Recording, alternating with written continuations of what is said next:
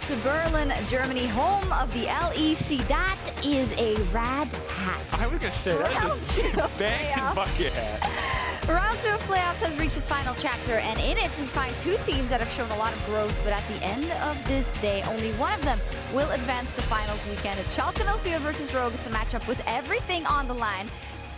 Oh, look at them. And based on what we've seen so far, it's going to be a close one. We've got some Easter bunnies if you celebrate it. Happy Easter. And yeah, I just want to eat that chocolate. So let's get through this ready check. I'm Sjokz, joined by Drakos and by Mad Lions' support and LEC finalist, Kaiser. How does that sound? And it's like music to my ears, to be honest. Like I always dreamt of like being in the finals or like just making it in EU, and that I'm here, like that I can like compete with the best is like just crazy to me. Not just that he's in the finals, but he's in the finals by beating G2. What is the appropriate, is it a little bow? Is I think, for Kaiser? Is that historically? Yeah, I want to make sure we get the courtesy I think it's appropriate. Yes, okay, all right. Just as long as you're good with it. You are the Kaiser. I guess you can decide. I think sitting in this couch brings out the most like loose commentary. It's going to be interesting when we get to the portion of the show where we're like, stakes are important. Yes, we're going to be a bit more serious now because, of course, yesterday the Mad Lions became the first team to lock a spot in the finals. They took down the reigning champions G2 Esports. Kaiser, now that you slept on it, what do you think ultimately was it that made you stronger than G2 yesterday? And I think it's probably two things. I think our team play was just really insane this series. I think we always kind of won team fights by just like playing together as a team. Like we planned out like how we wanted to play team fights, how we wanted to approach the games, and that was like for sure one of the most important things. But also secondly, I think draft. I think we draft like really well. I think we have a really strong read on the meta. So I think G2 tried some things. For example, the Karma. Like it didn't really work out too much. But yeah, I think we for sure have like one of the best reads on the meta right now. Yeah, and overall, I'm just incredibly impressed by how well your team did play together. You called it out already, but the team fighting was phenomenal. When we look back at G2 when they were in their prime in 2019 in this very scrappy, skirmishy meta, we used to talk about how they had like this telepathic bond where they didn't even need to communicate. It was these Twitch like instant moment decisions, and seeing like shades of that coming out of you guys to actually beat G2 is so fantastic to watch. And yeah, just excellent to see all five of you working so well together as a unit when, all things considered, pretty young roster. You had 2 new players coming in this season. Yeah.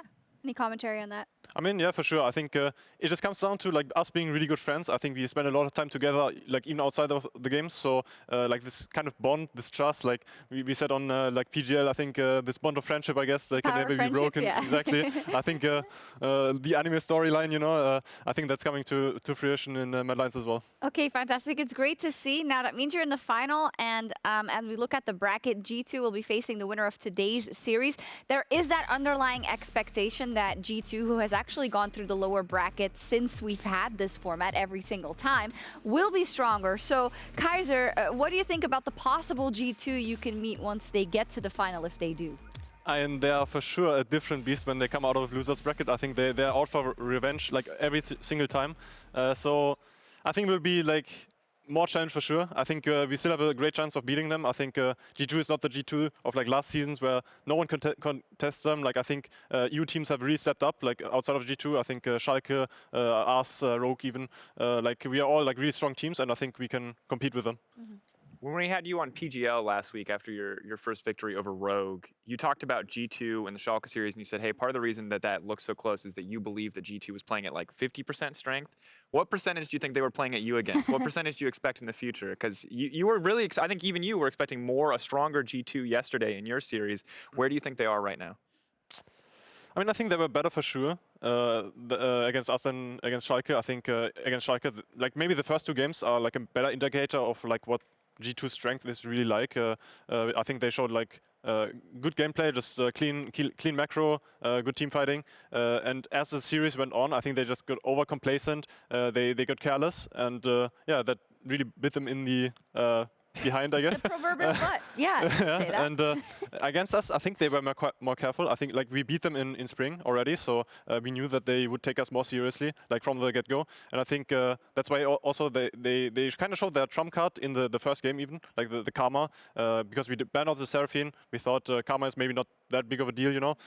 They thought it would be strong. It didn't work out. So yeah, like after a certain point, we just had like the game under control and like the match under control. Also, breaking news, I just saw that there was a clip on Reddit from Jankos' stream saying that leadership may be an issue and they're just trying to figure a couple of things out. So with a week under their belt, we'll for sure see a different G2. Anything you want to add? I mean, it's hard to say. Like, without having seen the clip, it'll be interesting to see, because as long as G2 has been around, you bring up the power of friendship. That's been a similar story for G2, where it's 5 players that have gotten along really well. I know Reckless strived to integrate into that system. I've seen him be a great friend to a lot of those players, and interesting that they feel like there's a leadership is necessary now, when in the past we were just like, these are 5 guys who understand the game very well, they play very well together, and I don't think anyone ever really thought about who needed to be a leader for G2. True, but you can check out the clip after Ready Check. I do want to talk about a meta trend, that is that so far in spring we've seen a lot of engaging supports take on the Rift, which is natural in a team fighting meta, but one certain cow has become a staple down in the bot lane. We've seen a lot of EU Alistar. Kaiser, you also like to get your hands dirty on the cow.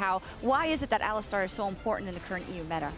So I think it just brings a lot of flexibility to the draft, because top lane is more of a carry-oriented side right now. The Sion is being exceptions, are like one of the exceptions, but I think like Sion is falling out of meta more and more because, for example, the Darius counter pick is becoming more prevalent, and that's like for sure like a part of it, because Alistar as a frontline is just so beefy that you can kind of get by just having him as a sole frontliner.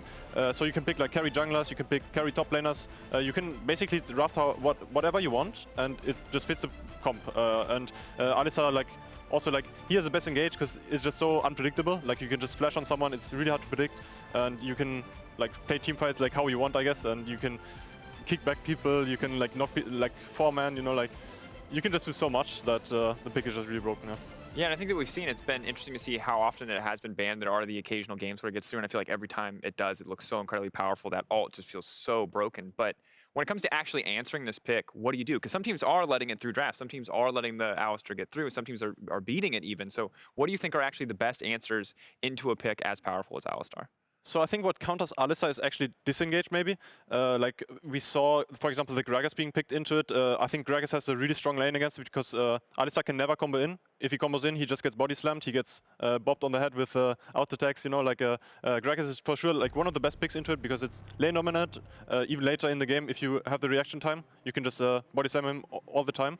Another great pick is I think Rakan. I think Rakan is like maybe a bit underutilized right now in Europe's meta, but if you can W him, if you can jump out, then it's just really good because he always has to ult, and then once he has no ult, then he's not tanky anymore. You can catch him out. Yeah, if you play it slow against Alistar, it's really good. Yeah, it is. Let's take a look at the key picks. You mentioned the Rakan, but as you say, we have seen more of the Rels, the Gragases, the Alistars, and then do you expect that this is going to be the pool that we're going to keep seeing in the rest of the playoffs, or is there uncharted territory in seeing more of the Rakans and seeing more of the Enchanters? So I think, especially in the best of 5, I think the meta is always evolving. So I can for sure like make some space for maybe the Lulu, maybe the Karma. Like it's a flex for sure. So maybe even Tahm Kench or like Bard, like that's picks that you see in LPL or LCK. Yeah. So I think for sure there's more to the meta than just these 5 champions, but they're just like the most reliable. I think maybe if they're all banned or something, maybe like someone can bring some pocket picks or something. But right now, I think these 5 champions are for sure the strongest. Yeah, I'm ready to see even if we see more of these, because Thresh is obviously a champion that gets banned all the time. I love the way that enables more of the carry picks. We've seen how ludicrously oppressive the Jinx has been. And then as soon as you start to open up the 80 carry pool more, the support pool gets crazier and crazier. I think it's great that you highlight the LCK and LPL, because it feels like we are on almost a completely different page when it comes to bot lane metas outside of a few of the OPs. And frankly, I think bot lane is like, while a lot of roles feel very stagnant right now, I feel like bot lane is such a great place to innovate and find these kind of draft edges. Yeah, I agree, and I think we're going to see some crazy stuff as these best of 5s progress, but it's time for something completely different. And in fact, it is time to bring out the artist within, because right now there is a competition happening at discord.lec.gg. Everything's popping over there, where you can send in your LEC drawings to win awesome prizes. So we are going to highlight some of the best so far, and we are going to start with this one from Weranixi.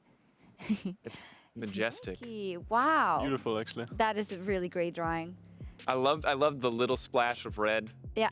Mickey, You know, It's probably like sad about the loss yesterday, but this is not a bad consolation prize. That is one good-looking man, good-looking support. Phenomenal model, but like, I mean, the Kaiser doesn't get a. Yeah, I'm just saying, if there's anyone in the Discord right now who fancies themselves like a Renaissance artist, if we get a Renaissance-style portrait of the Kaiser here, just a request if you've got the time, I think it would pop. That's what I'm saying. The next one is from Tasty Cookie.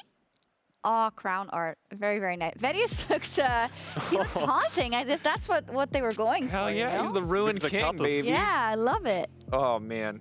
And see, this is the thing, is that people don't get Viego, maybe ever, who knows? It feels like there's another bug every day. But they do get Vedius, and that's a close second. I appreciate it. He's the ruined king of the LEC. Oh, this is like part of my, it's my favorite part almost about when there's a piece of content that comes out and people really like it and then they just make awesome fan art. Yeah, fan I love great. it. We love you. We appreciate you so much. The yeah, fan art we is love super, that. super cool. The next one is from Diana Reburn. Let's see. Okay. Ooh. Got a little Zaya action. Beautiful. Look at the mask on the eyes and the detail. It's so good. I think that's a new skin line, right? Like the I think the rose, yeah. the rose blossom it's or a something. secret Looks the really commercial for the new skin line. It's beautiful. Subtle bias skin. And we have one more from Garbatje, or Garbage, or I don't know how you're supposed to say that. It's White People. Yes. Oh my goodness. Okay, so there's a lot of very talented artists there, but this takes vision to put something together as fantastic as this. This is.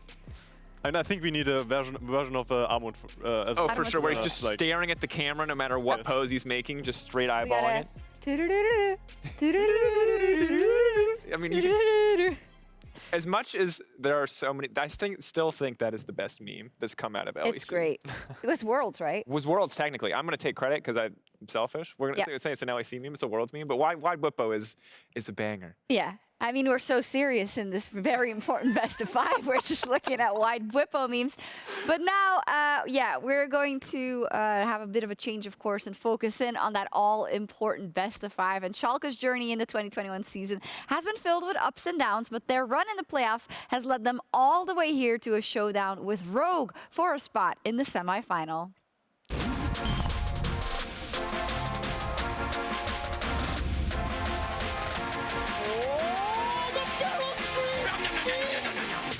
The follow-up just hit. Jumby goes gold and he dodges the rocket. That means Carlton can't find himself another and get that pass on the flip forward. Larson with the slide and glide. Well, to win our next series is more about working what went bad in the series that we had against Mad Lions. Schalke is a really different team from others. It feels like it's this kind of team that you might be worried about. We just need to keep our heads up and just play the way we play, and I think we can for sure win them. More supportive take on the TF as Abadage has to run for the hills, but they're just 2v2ing behind enemy lines. He steals the Olaf ult, he goes back over the wall. Abadage is just too damn clean. Abadage caught out again by Hillisang. Whippo, will they go for the dive? Of course they will. It's Fnatic, they're looking to finish it. Abadage flash out to safety. Abadage looking to turn. Oh my god. Back on the Whippo. Valk back on the Whippo. Abadage! Abadage, are you kidding me? I'm gonna make Odo regret leaving Schalke. I'm gonna make him regret leaving us. You cannot wait for a perfect opportunity, right? Those rarely happen, especially on stage, right? So just have to do something that's out of your comfort zone, and that's something I think Rogue kind of struggles with a bit.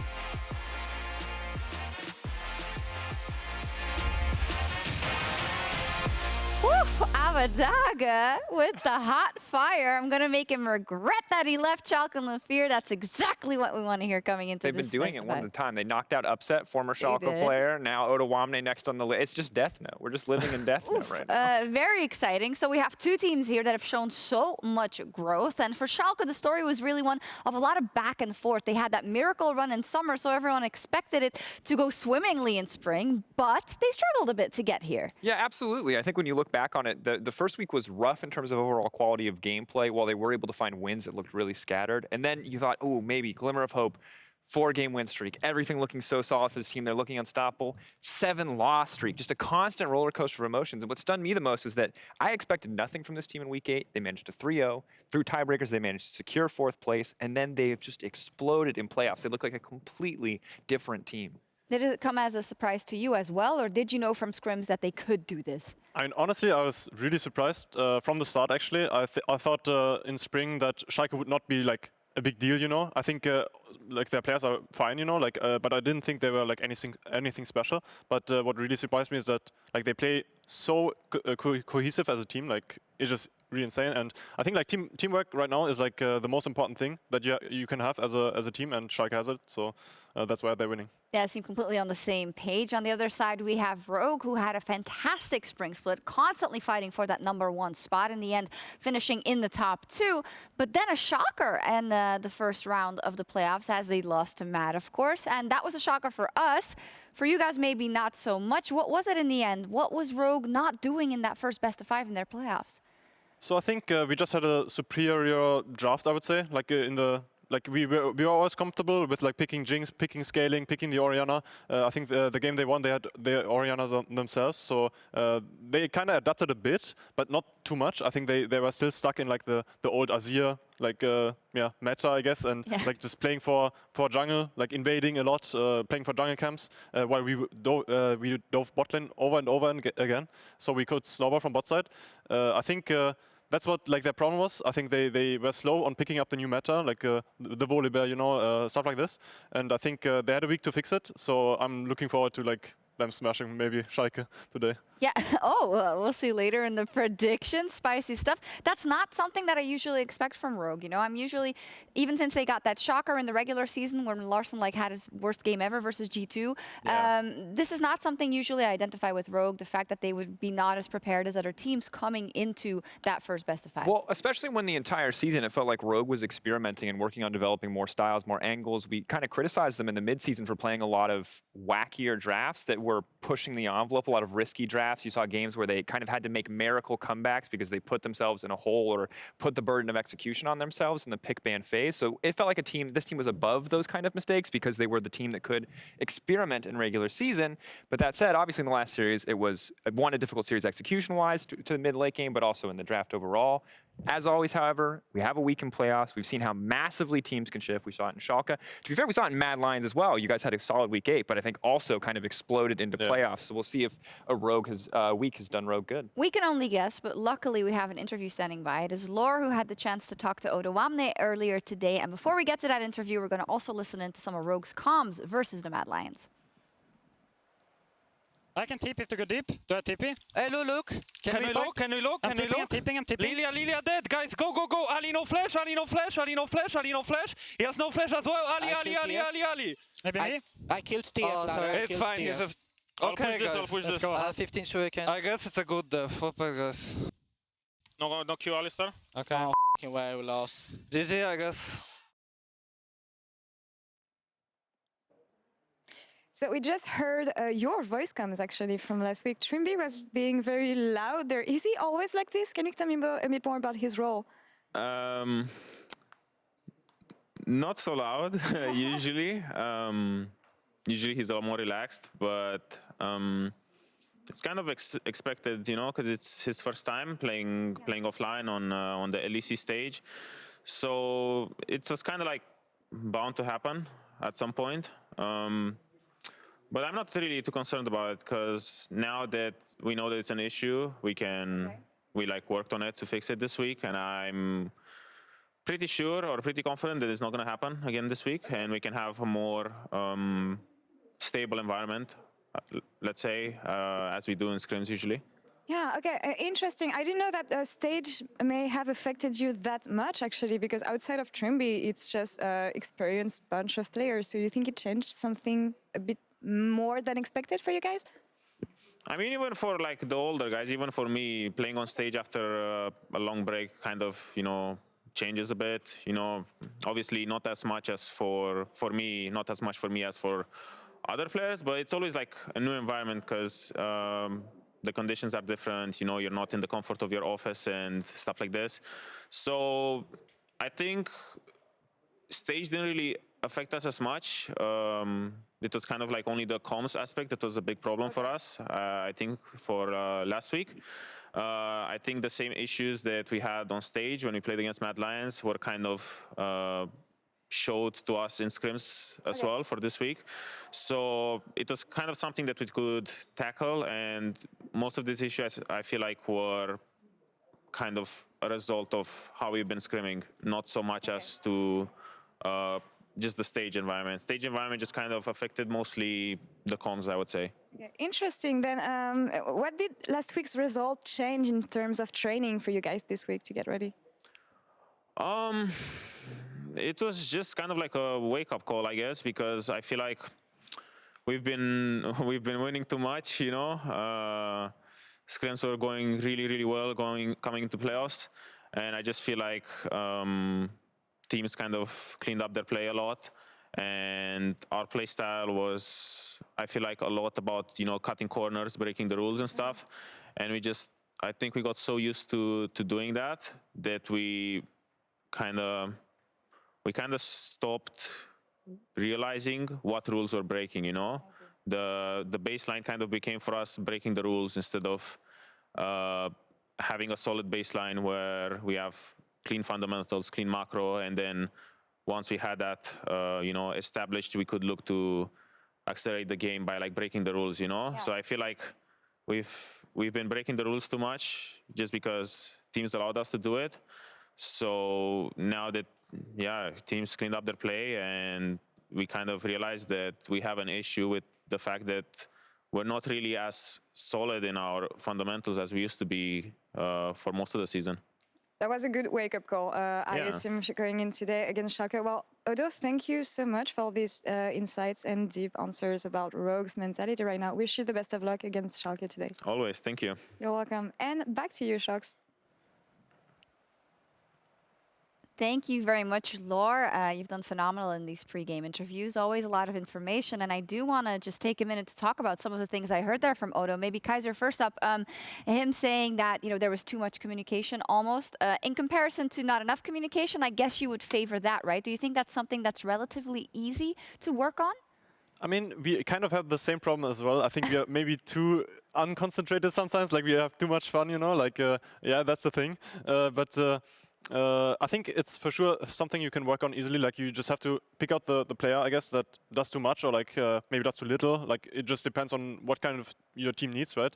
And you just talk to him, and like I think most players are willing to change and are willing to, especially in scrims, right? You can fix those problems. Like, you play 5 scrims a day, so you have so much time to like fix those problems that it shouldn't really be a problem like long term. So yeah, it should be fine. Yeah, I think the biggest concern when we have that discussion is how hard it is to replicate the stage environment at home, how hard it is to adjust to things like the white noise on stage. You know, when you're not used to hearing yourself as kind of a background voice with that white noise pumping in, maybe you start to shout a little bit more. These are the little things that I think you can't replicate in an office or in a team gaming house. So I'm optimistic that Rogue will have fixed it, but I do think that it is, if it does continue to problem, it can be a pretty big deal against a team like Schalke, who have been so successful in finding these solid team fights. Exactly, but the expectation is that with that week and with the learnings that Rogue took, they're going to look more like their regular season self in this next best of 5. So let's talk about some of the things that worked well from them in the past, as we got a whole jaw massage going on, the full treatment.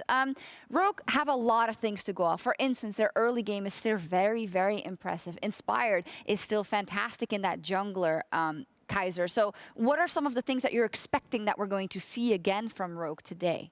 I think early aggression in the jungle for sure. Like, I think Gilius, for example, he's a pretty like not defensive player. Like, he likes to going aggressive, but he likes to cover his laners more than invading. And I think Inspired is the exact opposite. I think he likes to cross map. He likes to take your jungle camps when you're like on the other side trying to dive, you know. That didn't work out against us because we identified like that's not really the meta right now. So maybe that's a weakness that they have, that they are still stuck in that invade play style, because he doesn't play Graves anymore. He doesn't play Nidalee anymore. Like, you play these beefy boys, I guess, in the jungle. You play those volley bears, and if you snowball, sure, it's good, right? But you're not gonna carry the game solo like you could with Graves. So it's for sure a meta shift, and if they can still replicate that success with playing this style is doubtful, I think. Yeah. And I think in general, we just have to respect the Rogue early game because despite the fact that ultimately they went down 1-3 to Mad Lions, still their early game stats were incredible. Still, we saw on average every single lane finding big CS advantages. So in theory, the early game, not the issue, especially when you look at Inspired. Inspired is an excellent call out because while Gilius is slightly ahead of him in a metric kill plus assist to 15, usually what I use to track how active a jungler is, Inspired's slightly behind, but spends like 16% less time around his laners. He's so efficient with the time that he does spend and absolutely has to be respected. Yeah, he has. When we look at Schalke, then it's a whole different story. They went up versus Fnatic. They 3-0'd them a couple of days ago, and they didn't even have to show that much, or did they, Kaiser? Yeah, I mean, they basically showed one draft. I think they put limit on Gragas, limit on Alistar, and it's just free win. That's what they thought the thought process was, and yeah, it's working for them in the past couple of weeks. I think limit has been like really like smurfing it. Same with Gilius. I think both of the, like mid support jungle is like one of the most important things for a team. And if you're doing well in that case or in that regard, then I think you're a really good team. So Schalke doing well is a testament of like limit and Gilius just smurfing it. Yeah, do you rate limit and Gilius' synergy at this point in time higher than the Rogue side of Inspired and Trimby? I mean, at the start of the season, I would say that Rogue actually had a really good synergy. Like Trimby always knew where he had to go, even as a like rookie. That was kind of impressive. Inspired as well. Like he doesn't really make that many mistakes. I think he always knows where to be as well. But right now, especially like after playing against Rogue, I think Schalke has just looked way better. Like when it comes to that, when it comes to forcing fights, forcing objectives, I think they have been just more clean, I guess.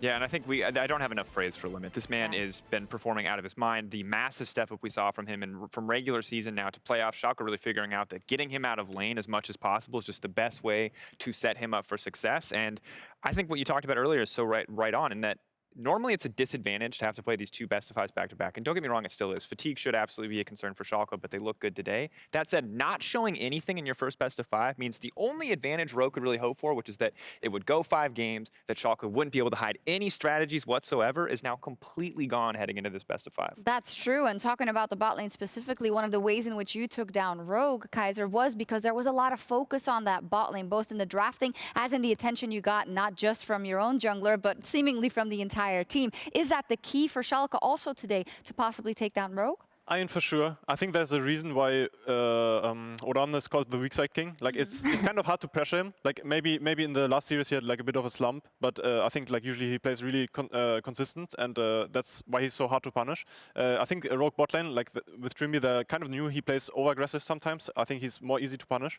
The thing is, also Inspired likes to cross map. So if you're looking for a dive or something, usually they're alone on the tower and they're like they really like greeting, so usually you can get like a few free kills, you can get a dragon or something, so you can for sure snowball on bot lane. And for Schalke, it's really important, especially because like Limit, if he gets out of lane, if he gets roaming, if he gets like Faker Dagger on the spot, like if he gets Broken Blade, those carry matchups going, you know, they can really snowball out of control. So bot lane is for sure the focus of the series. Yeah, here we see it. It doesn't necessarily have to be complicated, right? But it has to be the right timing windows to make your impression as a roaming support. Yeah, and I think what Limit did here was a lot of by-the-book play, but he did it so consistently and so cleanly, and that consistency is very important. And while we aren't going to highlight it in this particular set of clips, he also does still have the flashy, explosive moments. And more importantly, when you look at who he was playing against, Upset Hylissang, one of the strongest 2v2 lanes in the league. The fact that he was able to do this is even more impressive. And Hansam and Trimby, yes, they are very good, but are they going to be able to be the kind of lane that puts so much pressure on this bot lane from Schalke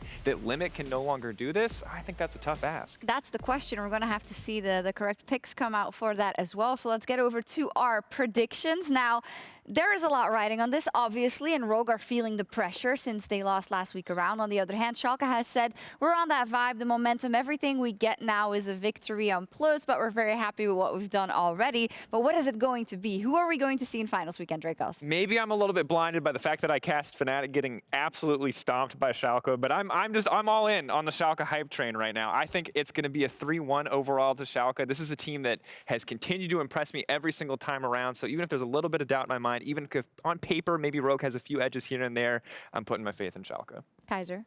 I mean, my brain says Rogue because I thought they were really good in the regular season. I think they had a week to fix their problems, and I think their problems were kind of small, so I think they should have been able to fix them. But my German heart, it says Schalke, because it's a German org. They have like 3 German topside members, so I really like to see them win. So I would say 3-1 Schalke. Okay, and Discord, let's see, 3-2 to Schalke is what Discord has voted. That would be 5 games, which we will definitely sign up for. Fantastic. But this, of course, does mean that Rogue's going to win, because every time we think a team, or convinced one team is going to win, the other team comes out on top. That's just how the cookie crumbles. Today is the final series of round 2, and the stakes are higher than ever. The winner goes to the semifinal versus G2. The loser is done for the 2021 spring season. Let's see who comes out on top.